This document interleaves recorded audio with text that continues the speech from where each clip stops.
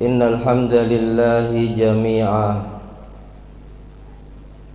wassalatu wassalamu ala sayyidina wa maulana Muhammadin sallallahu alaihi wasallam asyrafil khalqi jam'a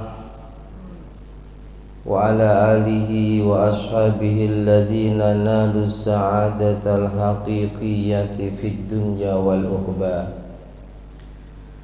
Allahumma salli wa sallim ala sayyidina Muhammadin abdika wa rasulika nabiyil ummi wa ala alihi wa sahbihi wa sallim taslima bi qadri azamati dhatika fi kulli waqtin wa hin. Subhanaka la ilma lana illa ma 'allamtana innaka antal alimul hakim. Rabbi shrah li sadri wa yassir li amri wahlul 'uqdatam min lisani yafqahu qawli amin amma ba'd. Yang sangat kami hormati, kami muliakan segenap jajaran pengurus dan Dewan Kemakmuran Masjid An-Nur Perumahan Kurnia Jaya Alam, bapak-bapak, ibu-ibu, hadirin wal hadirat jamaah salat subuh Masjid An-Nur yang juga sangat kami hormati, kami muliakan. Mudah-mudahan kita semua senantiasa dilimpahi rahmat, ridho dan ampunannya Allah, dimuliakan, diselamatkan dan dibahagiakan dunia sampai akhirat kita. Amin amin Allahumma. Alhamdulillah wa syukru ala ni'amillah. Mari senantiasa kita panjatkan kehadirat Allah subhanahu wa ta'ala sebagai bukti syukur bil lisan kita kepadanya, yang sungguh hanya dengan limpahan rahmat, nikmat, taufik, hidayah serta inayahnya lah kembali di pagi hari yang cerah ini kita bisa melaksanakan sebagian perintahnya dan menghidupkan sebagian sunnah rasulnya. Baru saja kita melaksanakan sholat fardu subuh secara berjamaah, dan saat ini kita lanjutkan dengan duduk di majelis ilmu setelah sholat fardu berjamaah. Mudah-mudahan kegiatan kita ini tergolong apa yang pernah disabdakan oleh Rasulullah sallallahu alaihi wasallam, man ahya sunnati faqad ahabbani wa man ahabbani kana ma'i fil jannah. Barang siapa yang mau menghidupkan sunnahku, sungguh dialah pecintaku, dan barang siapa tergolong pecintaku, sungguh dia akan berkumpul bersamaku di dalam surga. Amin amin Allahumma amin. Hadirin hadirat rahimakumullah, mari kita lanjutkan kajian rutin kita, kajian kitab Wasiyatul Mustafa karya beliau al-Imam al-Alim al-Syekh Muhammad bin Abdul Wahhab Asy-Sya'rani. Bismillahirrahmanirrahim. Qala al-muallif rahimahullahu ta'ala wa nafa'ana bihi wa bi ulumihi wa bi asrarihi wa bi anwarihi fid dharain amin. Qala Rasulullah sallallahu alaihi wasallam, ya Ali, alaika bi sholatid duha fis safar wal hadar, fa innahu idza kana yaumul qiyamah yunadi munadin min fawqi syarafil jannah aina alladhina kanu yusalluna ad-duha udkhulu min babid duha bisalamin aminin. Wa ma ba'atsallahu min nabiyyin illa wa amarahu bi sholatid duha. Rasulullah sallallahu alaihi wasallam berwasiat kepada Sayyidina Ali, yang ini juga wasiat untuk kita semua selaku umatnya. Wahai Ali, jaga sholat duhamu, selalulah kamu mengerjakan sholat duha baik saat kamu sedang bepergian maupun saat kamu sedang di rumah tidak bepergian. Sungguh kelak di hari kiamah yunadi munadin min fauqi syarafil jannah, akan ada suara yang menyeru dari arah surga yang mulia. Seruan suara itu, ainal ladzina kanu yusalluna duha, mana orang-orang yang dulu di dunia selalu menjaga sholat duhanya, mana? Setelah ada seruan tersebut, ahli duha berkumpul menjadi satu di satu tempat khusus. Lalu ada seruan lagi, udkhulu min babid duha bisalamin aminin. Wahai ahli duha, masuklah kalian ke dalam surga dari pintu duha. Ada pintu di surga yang namanya pintu duha, dan pintu itu khusus jalan masuknya ke surga bagi mereka yang ahli duha. Masuklah kalian ke surga lewat pintu duha bisalamin aminin, dalam keadaan selamat, dalam keadaan aman dan nyaman. Wa ma ba'atsallahu min nabiyyin illa wa amarahu bi sholati duha, dan kata Nabi, tidak ada nabi yang terutus oleh Allah kecuali mereka selalu memerintahkan kepada umatnya untuk mengerjakan sholat duha. Jadi di antara sholat yang disunnahkan untuk kita kerjakan setiap hari adalah sholat duha. Sholat yang disunnahkan dikerjakan di waktu duha. Kapan itu waktu duha? Waktu duha itu waktu setelah terbitnya matahari. Matahari naik kira-kira sepenggalah. Ini akan kita bisa mengukur kurang lebih saat kita berada di pinggir laut.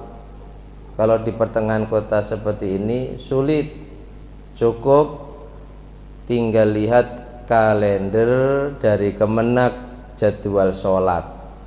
Di sana ada waktu syuruk, di sana ada waktu duha. Sampai kapan? Sampai masuknya waktu duhur. Jadi waktu duha itu bukan kok maksimal jam 10. Selama belum masuk waktu duhur, maka itu masih waktu duha yang kita disunnahkan mengerjakan sholat duha. Jumlah rakaatnya minimal 2. Maksimal ada 2 pendapat. Satu pendapat mengatakan maksimal 8 rakaat. Pendapat yang lain mengatakan maksimal 12 rakaat. Bisa kita lihat keterangan ini di dalam kitab Khazinatul Asrar karya Syekh Muhammad Haqi An-Nazili, bahwa tentang berapa jumlah rakaat duha maksimal ada yang mengatakan 8, ada yang mengatakan 12. Cara melaksanakannya yang terbaik, karena ini sholat sunnah, yang terbaik 2 rakaat salam, 2 rakaat salam. Tapi andaikan dilakukan 1 salam dengan jumlah rakaat yang dikerjakannya boleh. Contoh kita ngambil 8 rakaat, langsung 8 rakaat 1 salam, dan tak perlu ada setiap 2 rakaat tahiyat, nggak perlu, langsung. Cuma otomatis niatnya juga harus beda. Jangan 8 rakaat salam, 8 rakaat 1 salam, tapi niatnya usolli sunnatad duha rakaataini, ya ini jangan. Saya sholat duha, kalau Arabnya usolli sunnatad duha sama rakaatin, 8 rakaat karena Allah. Silakan. Jadi boleh 2 rakaat salam, boleh sejumlah rakaat yang dikerjakannya 1 salam. Salat duha itu beliau Syed Muhammad bin Alawi Al-Maliki dalam salah satu karyanya Al-Khosais Al-Ummatil Muhammadiyah, syariat-syariat yang dikhususkan bagi umatnya baginda Nabi Muhammad. Menurut pandangannya Syed Muhammad bin Alawi Al-Maliki, sholat sunnah duha termasuk sholat sunnah yang disyariatkan khusus untuk kita umatnya baginda Nabi Muhammad. Jadi ada beberapa sholat sunnah yang itu khusus disyariatkan untuk umatnya Nabi Muhammad. 1, sholat hajat. 2, sholat istikharah. 3, sholat lisyukril wudu, sholat wudu. 4, sholat duha. Jadi sholat duha ini termasuk dalam pandangan siapa? Syed Muhammad bin Alawi Al-Maliki, termasuk sholat yang khusus disyariatkan kepada umatnya Nabi Muhammad. Dan yang kelima, sholat tasbih. Tapi dalam pandangan Syekh Sya'rani, sholat duha ini bukan hanya disyariatkan untuk umatnya Nabi Muhammad, tapi umat-umat Nabi dan Rasul sebelumnya pun disyariatkan sholat duha. Di antara dalil yang dipakai oleh beliau yang ditulis ini dalam kitab Wasiyatul Mustafa, Nabi katakan tidak ada nabi yang diutus oleh Allah kecuali memerintahkan kepada umatnya untuk sholat duha. Bapak Ibu jamaah sekalian yang dirahmati Allah, bicara tentang sholat duha, keutamaannya sangat banyak.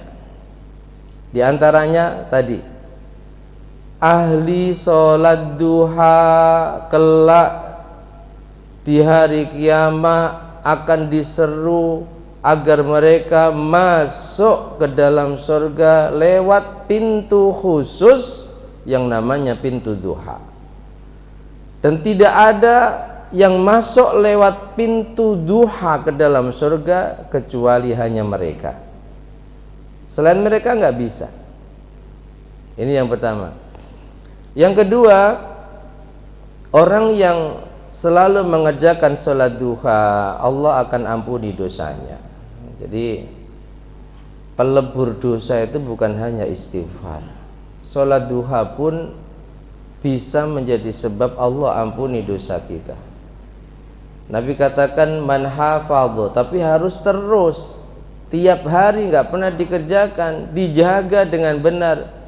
Man hafadhu ala syuf'ati duha, siapa yang selalu menjaga sholat duhanya 2 rakaat, syuf'ati duha, genapnya duha, ditafsiri oleh para ulama ay rakaatay duha, 2 rakaat. Maka kata Nabi, ghufirat lahu dzunubuhu, dosa-dosanya diampuni oleh Allah. Wa in kanat misla zabadil bahr, meskipun saking banyaknya dosanya ini bagaikan buih di lautan, saking banyaknya. Tapi ketika dia tiap hari duha meskipun hanya 2 rakaat, maka Allah akan ampuni dosa-dosanya.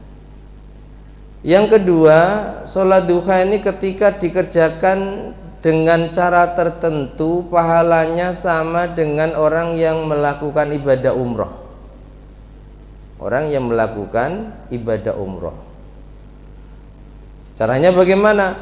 Nabi katakan, man kharaja min baitihi mutatahhiran ila salatin maktubah, barang siapa yang dari rumahnya keadaannya sudah suci. Makanya yang terbaik itu wudhu dari rumah, yang terbaik.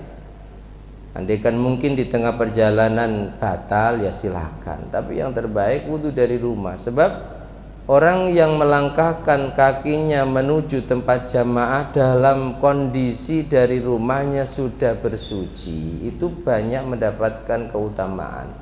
Di antaranya, Kata Nabi, siapa yang keluar dari rumahnya dalam keadaan mutatohiron, suci dari hadas kecil dan besar, kemana? Ila sholatin maktubah, untuk mengerjakan sholat fardu berjamaah, ke masjid yang dekat masjid, ke musola, ke tempat-tempat jamaah yang lainnya, maka fa ajruhu ka ajril hajil muhrim, pahalanya sama dengan orang haji. Subhanallah, pahalanya sama dengan orang haji. Kalau kita wudu dari rumah kemudian ke An-Nur jamaah sholat fardu, pahalanya sama dengan haji.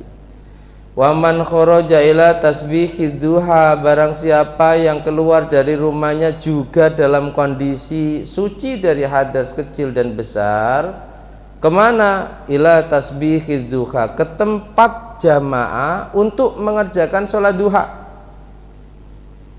Kerja berangkat jam 6, dalam keadaan wudhu, mampir di An-Nur sebentar, masuk niat iktikaf, langsung duha 2 rakaat. Apa kata Nabi? Fa ajruhu ka ajril mu'tamir, pahalanya sama dengan orang yang umroh. Sekali-sekali jalankan ya, biar mungkin karena Allah takdirkan sampai kita menghadapnya nggak bisa umroh, kelak di akhirat kita punya tabungan pahala umroh, pahala haji. Untuk haji jamaah, syaratnya apa? Suci dari rumah. Jangan bersucinya selalu di masjid, menghabiskan air masjid ini. Bukan berarti dilarang ya, tapi yang terbaik itu dari rumah. Kemudian orang yang ahli duha itu rizkinya dijamin oleh Allah. Apalagi ketika dia mau mengerjakan sholat duha di awal harinya 4 rakaat. Kayaknya awali harimu dengan duha, awali harimu dengan duha. Karena biasanya orang-orang awam seperti kita ini kalau sudah tersibukkan dengan yang lain, duhanya nanti sajalah di kantor, biasanya nggak jadi. Ada saja yang menggagalkan kita duha. Berangkat kerja, awali dengan duha sebagai pendorong secara batiniah usaha kita. Dalam sebuah hadis qudsi itu Allah sampai katakan, ya bna Adam, wahai anak cucunya Adam, la tu'jizuni min arba'i raka'atin min awalin nahar akfika akhirah. Sungguh tidak membuatku lemah, kecil bagiku, kata Allah, kalau hanya untuk mencukupi kebutuhanmu hari ini sampai sore, sebab duha 4 rakaatmu kecil bagiku. La tu'jizuni, sungguh tidak melemahkanku. Artinya apa? Dalam hadis qudsi ini Allah menjamin kebutuhan kita sampai sore jika kita mau mengawali hari kita dengan duha 4 rakaat. Apalagi kalau kita renungkan doa setelah sholat duha yang diajarkan oleh para ulama, itu kan doa khusus rizki. Allahumma, hafal nggak tuh? Hafalkan lah ya, jangan menghafalkan yang lain, doa-doa aja dihafalkan. Allahumma innad duha'a duha'u wal baha'a baha'u wal jamala jamalu wal quwwata quwwatu wal qudrata qudratu wal ismata ismatu. Allahumma in kana rizki fis sama, ya Allah, sungguh waktu duha ini waktu duhamu, keagungan alam semesta ini juga keagunganmu, keindahan alam semesta keindahanmu, kekuatan, kekuasaan semuanya milikmu. Ya Rabb, jika rizki kami di langit, turunkan. In kana fil ardi ahrizu, jika di bumi keluarkan, jika jauh dekatkan, jika sulit mudahkan, jika sempit lapang dan luaskan, jika haram halalkan, apalagi jika kotor sucikan dan bersihkan. Jika sedikit, banyakkan. Jika sudah banyak, tetapkan dan mudahkan. Dan kalau kita berdoa, bawa keturunan kita. Tiru Nabiullah Ibrahim alaihissalam yang setiap dalam doanya bukan hanya mendoakan dirinya, tapi selalu wa min dzurriyyati, wa min dzurriyyati. Ketika Nabi Ibrahim atas perintah Allah membawa bayi merahnya yang bernama Ismail dengan istri tercintanya Hajar dari Palestina menuju sebuah lembah yang tandus, yang gersang, yang tidak ada tanda-tanda kehidupan di sana, tidak ada mata air, apalagi sampai tumbuh-tumbuhan dan buah-buahan, dititipkan oleh Nabi Ibrahim kepada Allah, dan itu diabadikan oleh Allah. Rabbana, wahai Tuhan kami, inni askantu min dzurriyyati biwadin ghairi dzi zar'in inda baitikal muharram Rabbana liyuqimus shalah. Dititipkan keturunannya. Juga ketika Nabi Ibrahim berdoa agar beliau dijadikan orang yang ahli menjaga salat, keturunannya dibawa. Rabbi ja'alni muqimas shalah, jadikan kami orang yang selalu menjaga salat. Wa min dzurriyyati, dibawa. Jadi berpikirnya bukan hanya untuk dirinya, tapi keturunannya. Kita juga perlu meniru itu. Bisa jadi yang sekarang sukses adalah berkah doa kakek neneknya dulu. Menangis di tengah penderitaannya, ya Rob, aku ridho, engkau takdirkan aku menderita, tapi jangan sampai anakku, cucuku, keturunanku menderita seperti saya. Bisa jadi. Makanya kita pun perlu, ya Allah, jika rizki kami jangan hanya begitu saja, tapi rizki anak-anak kami, rizki keturunan kami di langit turun, di bumi keluarkan.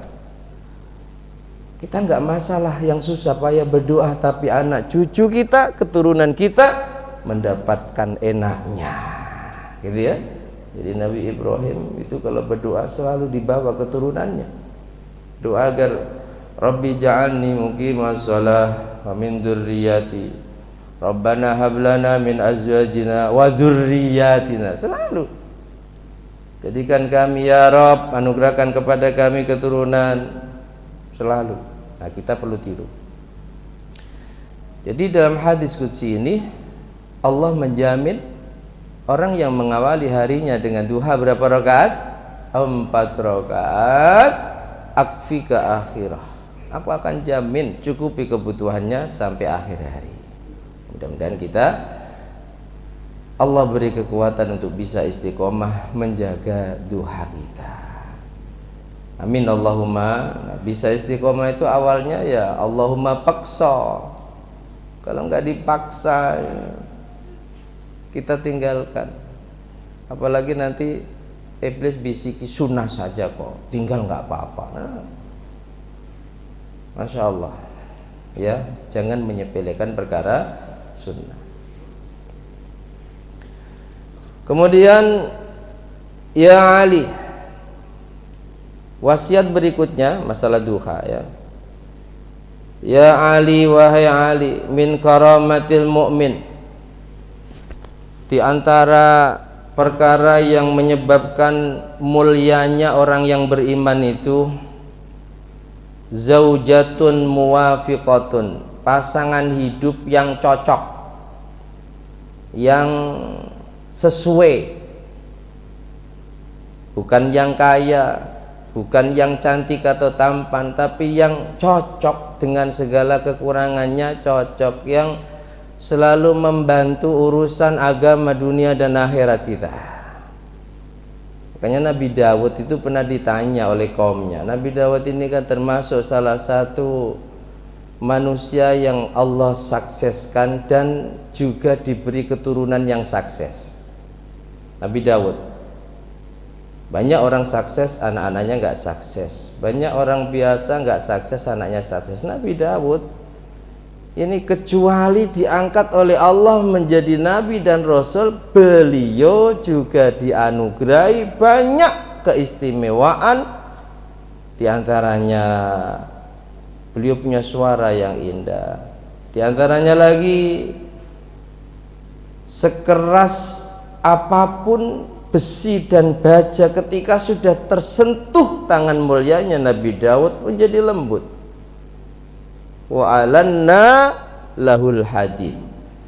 Kami Allah lenturkan, lunakkan kepada Daud segala macam bentuk besi dan baja, sehingga manusia yang pertama kali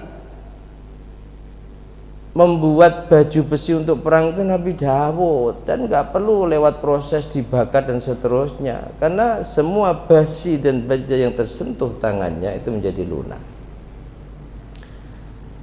Raja,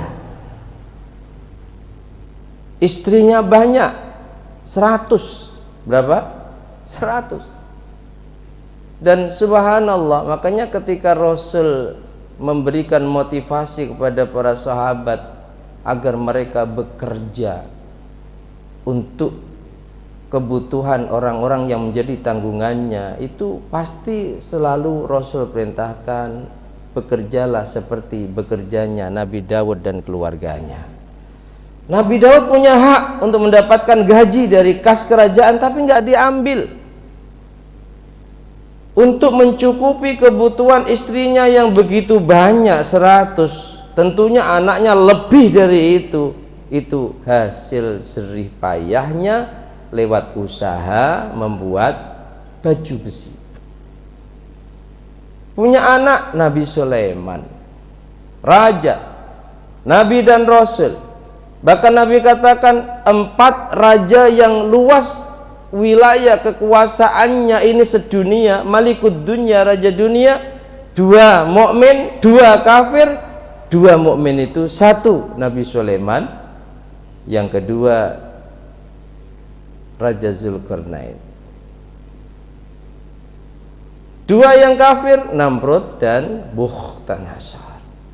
Itu pernah ditanya, rahasianya apa kok kamu sukses? Wahai Nabi Daud, rahasianya apa kok kamu sukses, anakmu sukses, jadi nabi, jadi rasul, soleh, salihah? Beliau menjawab, saya setiap hari selalu mohon kepada Allah agar dianugerahi 4 perkara dan dilindungi dari 4 perkara. Ini tentu enggak bisa dijelaskan semuanya, terkait dengan wasiatnya Rasul kepada Sayyidina Ali. Jadi 4 perkara yang selalu beliau mohonkan kepada Allah, dan beliau selalu minta perlindungan dari 4 perkara. 4 perkara yang Nabi Daud selalu minta agar dijaga, dilindungi oleh Allah darinya. 1, Allahumma inni a'udzubika min waladin yakunu alayya sayyidan. Ya Allah, aku berlindung kepadamu dari anak, dari keturunan yang menjadi tuan bagiku. Ini banyak di akhir zaman, sebab anaknya sukses, ayah ibunya di kampung didatangkan ke Batam untuk dimuliakankah? Tidak, tapi untuk mengganti tukang kebunnya yang resign. Ada tidak? Untuk mengganti satpamnya, penjaga pintu gerbangnya yang resign, daripada ayah nganggur, datang saja ke Batam, ganti satpamku yang baru saja resign. Pulang terlalu malam, klakson dibel berkali-kali, nggak dibuka-buka, marah. Yang dimarahi siapa? Ayahnya, yang sebab ayahnya dia ada. Nabi Daud sudah berdoa, inni a'udzubika min waladin yakunu alayya sayyidan. Jangan sampai engkau jadikan anak-anakku itu menjadi tuan bagiku dan aku jadi babunya. Jangan sampai ya Rabb. Yang kedua, inni a'udzubika min malin yakunu alayya wabalan. Lindungi aku dari harta yang dengan harta itu hanya menjadi ujian bagiku. Harta tidak menyebabkan aku semakin dekat dengan engkau. Harta tidak menjadikan aku semakin banyak menjalankan perintahmu ya Rabb, tapi menjauhkanku darimu. Jangan sampai engkau berikan kepadaku harta yang menyebabkan aku lalai darimu. Min malin yakunu alayya wabalan, hanya menjadi ujian dan cobaan saja, jangan. Yang ketiga ini, Allahumma inni a'udzubika min zaujatin wa fi riwayatin imra'atin tushibuni qabla waqtil masyid. Ya Allah, lindungi aku, jangan sampai engkau anugerahkan kepadaku istri tushibuni qabla waqtil masyib, yang menyebabkan rambutku cepat beruban sebelum saatnya beruban.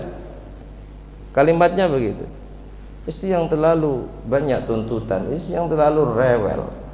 Secara medis, orang yang sering stres, rambutnya yang mestinya belum saatnya beruban cepat beruban. Saya nggak nyindir yang sudah beruban ya. Saya juga sudah banyak beruban. Karena uban ini ada yang memang kita punya banyak teman sejak SMP, sejak SD beruban juga banyak. Tapi umumnya termasuk perkara yang menjadi sebab rambut kita cepat beruban sebelum saatnya itu adalah terlalu banyak beban pikiran kita. Dan doanya ini, a'udzubika min imro'atin, dari istri tushibuni, yang menyebabkan rambutku cepat beruban qabla waqtil masib, sebelum saatnya. Minta istri yang solehah, mukminah, tu'inuni, yang selalu menolongku, cocok denganku, fi dunyaya wa dini wa akhirati, dalam urusan agama, dunia dan akhiratku. Dan yang keempat, inni a'udzubika min jarin. Ya Allah, jaga dan lindungi aku dari tetangga. Jangan sampai engkau anugerahkan kepadaku tetangga yang lau ra'ani hasanatan fakatamaha walau ra'ani sayyi'atan fa'afshaha. Tetangga yang kalau melihat kebaikan padaku nggak pernah diceritakan, aku bantu dia nggak pernah diceritakan, aku bayarkan SPP anaknya nggak pernah diceritakan, setiap aku masak pasti aku berikan kepadanya hasil masakan kita, selalu aku bagi hasil usaha kita, nggak pernah diceritakan. Tapi lauroani sayyi'atan, ketika dia melihat aku punya kesalahan, aku punya keburukan yang itu sebenarnya nggak ada sangkut pautnya dengan dia, fa'afshaha, disiar-siarkan, diceritakan, diumumkan di speaker masjid mungkin jika perlu. Ada tetangga yang model seperti ada kan? Ada nggak tetangga seperti ini? Mudah-mudahan bukan tetangga kita, tetangga yang masya Allah kita sering kasih dia kebaikan, nggak pernah cerita. Tapi mungkin kita punya kasus di tempat kerja kita punya masalah dengan orang lain yang sungguh tidak merugikan dia, itu masya Allah diler cangkeme, orang Jawa bilang fa'afsyah, disiar-siarkan. Tetangga itu ternyata yang kelihatannya baik, masya Allah sekarang terbongkar kasusnya. Nah, itu Nabi Dawud sudah minta kepada Allah, jangan sampai engkau anugerahkan kepadaku tetangga yang demikian. Nah, ini Nabi Dawud. Makanya orang mukmin itu akan agung dan mulia kalau dia punya pasangan hidup dengan segala kekurangannya cocok. Sempurna nggak ada, cocok. Suaminya pengen bantu masjid, Bu, ini masjid butuh bantuan 1 juta saya kasih masjid. Oh ya silakan, kalau bisa ditambahi. Sebab belum tentu istri yang ketika suaminya punya keinginan untuk beramal akhirat didukung dan disupport, belum tentu. Betul? Janganlah Pak, 100.000 saja, 100.000 pengen surga ya. Nah ini, jadi kalau cocok, Bu, kita bangun ini ya, cocok, gak apa-apa, didukung. Nah itu tanda kemuliaan orang yang beriman. Mudah-mudahan pasangan hidup kita seperti itu. Amin. Amin. Allahumma sholihah, mukminah, selalu cocok dengan kita dalam urusan agama, dunia dan akhirat kita. Amin. Allahumma wassalatu jama'atan, dan yang kedua yang menjadikan mukmin itu mulia, salat jamaah. Wajironan yuhibbunahu, dan yang ketiga yang menjadikan mukmin itu mulia, punya tetangga yang mencintainya. Bukan tetangganya itu benci padanya, yang punya hubungan baik. Ini wasiat Rasulullah kepada Sayyidina Ali. Satu, masalah sholat duha. Yang kedua, masalah perkara-perkara yang menyebabkan sebagai orang yang beriman, kita ini bahasa orang Melayu punya marwah, ya, punya keagungan dan kemuliaan. Mudah-mudahan kita bisa mengamalkannya. Amin. Allahumma. Demikian, Allahu a'lam bishawab. Al-Fatihah.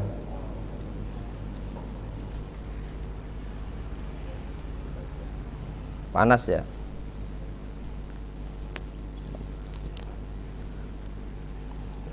Ya, ada pertanyaan? Tapi udah suruk ini ya? Ada? Salam.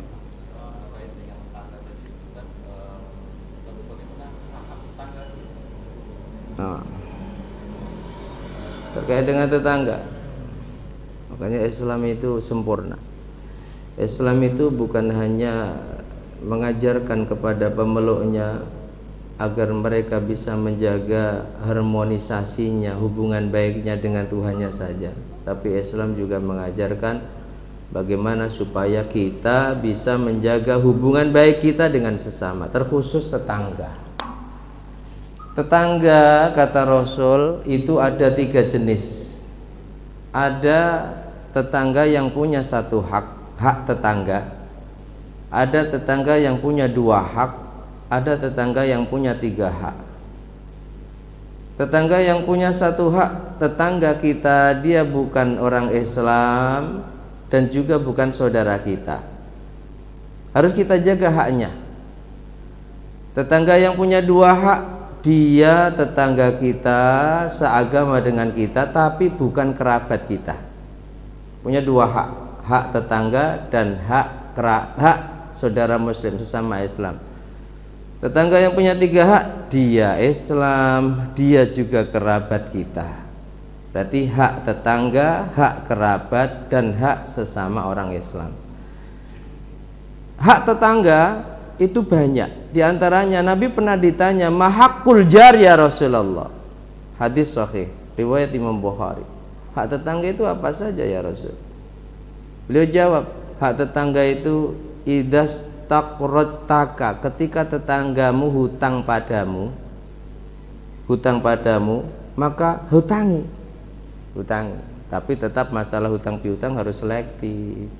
Kalau sudah masyhur dia itu tukang hutang kesana kemari, nggak mau nyaur, ya nggak usah dihutang. Yang kedua, ketika tetanggamu minta tolong, inista'anta, tolong.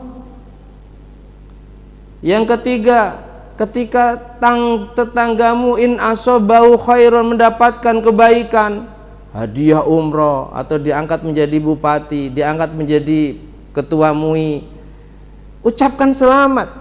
Congratulations, bahasa Jawanya, selamat, tahniah, sukses kamu. Ini hak tetangga, meskipun itu bukan seagama dengan kita. Ketika mendapatkan kesialan, takziah. Makanya takziah itu dalam pengertian menghibur dan membesarkan hati tetangga kita yang sedang susah, meskipun itu beda agama dan akidah dengan kita, boleh. Bahkan kita ikut memandikan jenazahnya, boleh. Kita ikut mengkafani kalau memang cara ngurus jenazahnya sama dengan kita, boleh. Yang nggak boleh, tetangga kita non muslim mati, habis sisa diumumkan di masjid, nanti kita yasinan di sana. Nah, itu nggak boleh. Ya, mendoakan orang yang akidahnya beda dengan kita setelah mati, itu nggak boleh. Ya, ketika sakit besuk, itu hak tetangga. Dan ketika bicara hak tetangga, sekali lagi tetangga di sini tidak harus seakidah, apalagi harus saudara kita, enggak. Jadi hak tetangga apa? Di antaranya ya, ketika dia hutangi. Ketika dia minta tolong, kita bisa menolong, tolong. Hujan-hujan, gentengnya bocor, minta tolong ke kita, kita mampu nolong, tolong. Meskipun beda kita. Jadi kalau masalah muamalah nggak perlu kita seakidah. Islam nggak mengajarkan itu.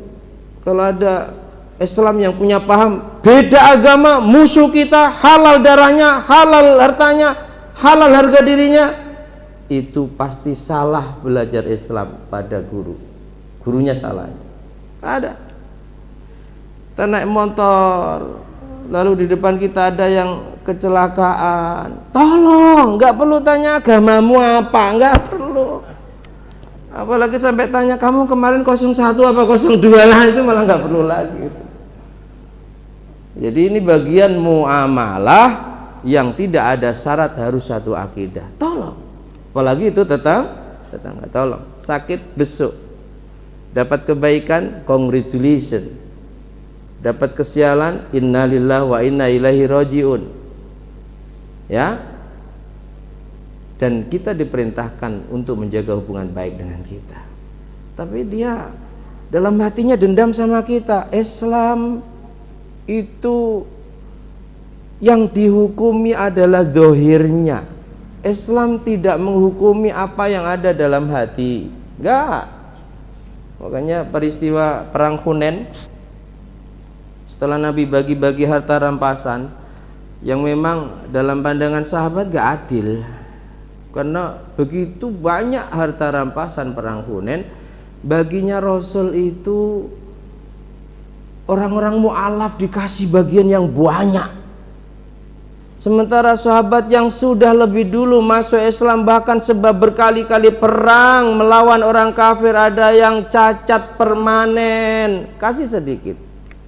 Sahabat semuanya tahu, menggerutu dalam hatinya. Tapi sahabat-sahabat, terkhusus sahabat-sahabat yang lama, itu tahu bahwa ini pasti sesuai petunjuk Allah. Gak ada yang protes. Tapi ada seorang yang cirinya soleh, jidatnya hitam, jenggotnya tebal. Itu redaksi hadisnya ya, bukan saya. Kemudian celananya murabba itu sebetis. Tanpa sopan datang pada Rasul, Muhammad i'dil. Muhammad, berlaku adillah kamu. Namanya Dzul Khuwaisirah At-Tamimi. Cirinya apa? Jidatnya hitam. Tapi bukan berarti semua yang berjidat hitam itu seperti Dzul Khuwaisirah. Jenggotnya tebal. Pokoknya dari wajahnya itu memang nampak ahli ibadah, kurang tidur, pucat. Celananya murabba sebetis. Itu berani mengatakan dengan lantang, idil ya Muhammad, adil kalau bagi ghanimah. Rasul jawab, adakah manusia di muka bumi ini yang lebih adil dariku? Karena Rasul bagi ghanimah seperti itu sesuai petunjuk Allah. Yang mu'alaf dikasih banyak. Sementara sahabat yang lain yang sudah lama masuk Islam, bahkan ikut perang, keluarganya terbunuh, dia punya luka permanen mungkin, sedikit. Protes wajar. Tapi bagi sahabat, karena tahu ini pasti petunjuk Allah, wa ma yantiqu 'anil hawa in huwa illa wahyu yuha. Tak ada yang diucapkan Rasulullah kecuali berdasarkan wahyu. Dia. Nah ini Dzul Khuwaisirah. Setelah Rasul menjawab itu, melenggang kangkung dia. Bukan kok merasa salah, mengatakan Rasul nggak adil, minta maaf. Enggak. Melenggang kangkung, sholat di pojok masjid. Abu Bakar marah, Umar minta izin, ya Rasul biar aku tebas lehernya. Ali pun minta izin. Apa jawab Rasul? Dia masih sholat. Meskipun sholat dia munafik. Dia benci padamu ya Rasul. Dia memusuhimu. Saya diutus untuk menghukumi dohir seseorang, bukan untuk menghukumi batin seseorang. Kalau sholat ya itu saudara kita. Tapi di akhir hadis Nabi katakan, nanti dari keturunan orang ini akan lahir orang-orang seperti dia, yang selalu merasa benar, yang tidak pernah mau merasa salah, kebenaran dimonopoli oleh dia dan kelompoknya, selain kelompoknya salah. Ada itu pesan Rasul, jika kalian nanti bertemu dengan orang-orang seperti dia, redaksi hadisnya ya, faktulu, bunuh. Sebab bahaya, bunuh. Cuma ulama-ulama kita arti bunuh di sini bukan bunuh fisiknya, tapi bunuh pemahamannya, bunuh ajarannya, bunuh akidahnya. Sebab itu bagai penyakit menular yang sangat membahayakan.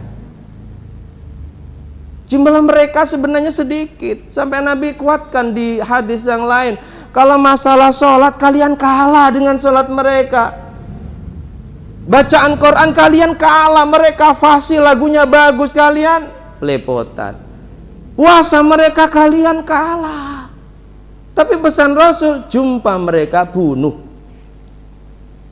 Paham? Bunuh. Cuma ulama kita bunuh di sini adalah bunuh pahamnya.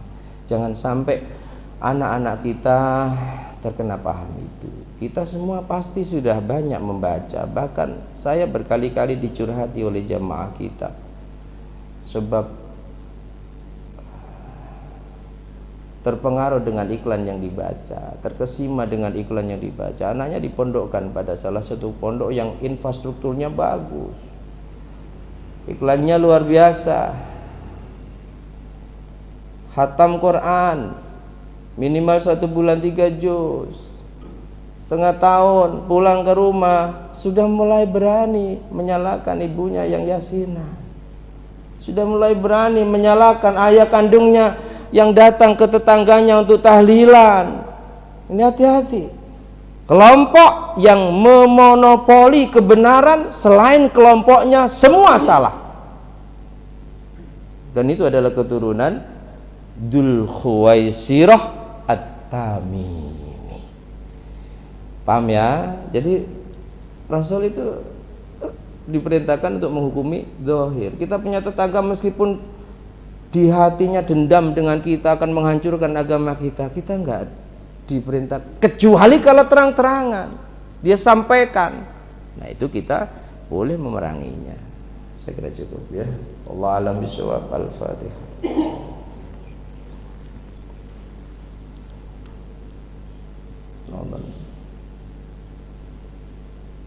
Bismillahirrahmanirrahim. Alhamdulillahi rabbil alamin. Allahumma shalli ala sayyidina Muhammad wa ali. Ij'al jam'ana hadza jam'an marhuma waj'al tafarruqana min ba'di tafarruqan ma'sum.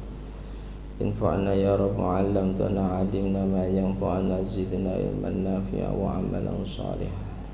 Allahumma arinal haqqa haqqan warzuqna ittiba'ah. Ya Allah biha, ya Allah biha, ya Allah bi husnil khatimah. Allahumma wasi' alaina rizqana, 'adhif alaina khalqa, wa sallallahu ala sayyidina Muhammad walhamdulillahi rabbil alamin. Bismillahirrahmanirrahim. Wal 'asri innal insana lafi khusrin illa alladhina amanu wa 'amilus solihati wa tawassaw bil haqqi wa tawassaw bis sabr. Subhanakallahumma wa bihamdika asyhadu an la ilaha illa anta astaghfiruka wa atubu ilaik. Assalamualaikum warahmatullahi wabarakatuh. Sallallahu Nabi Muhammad.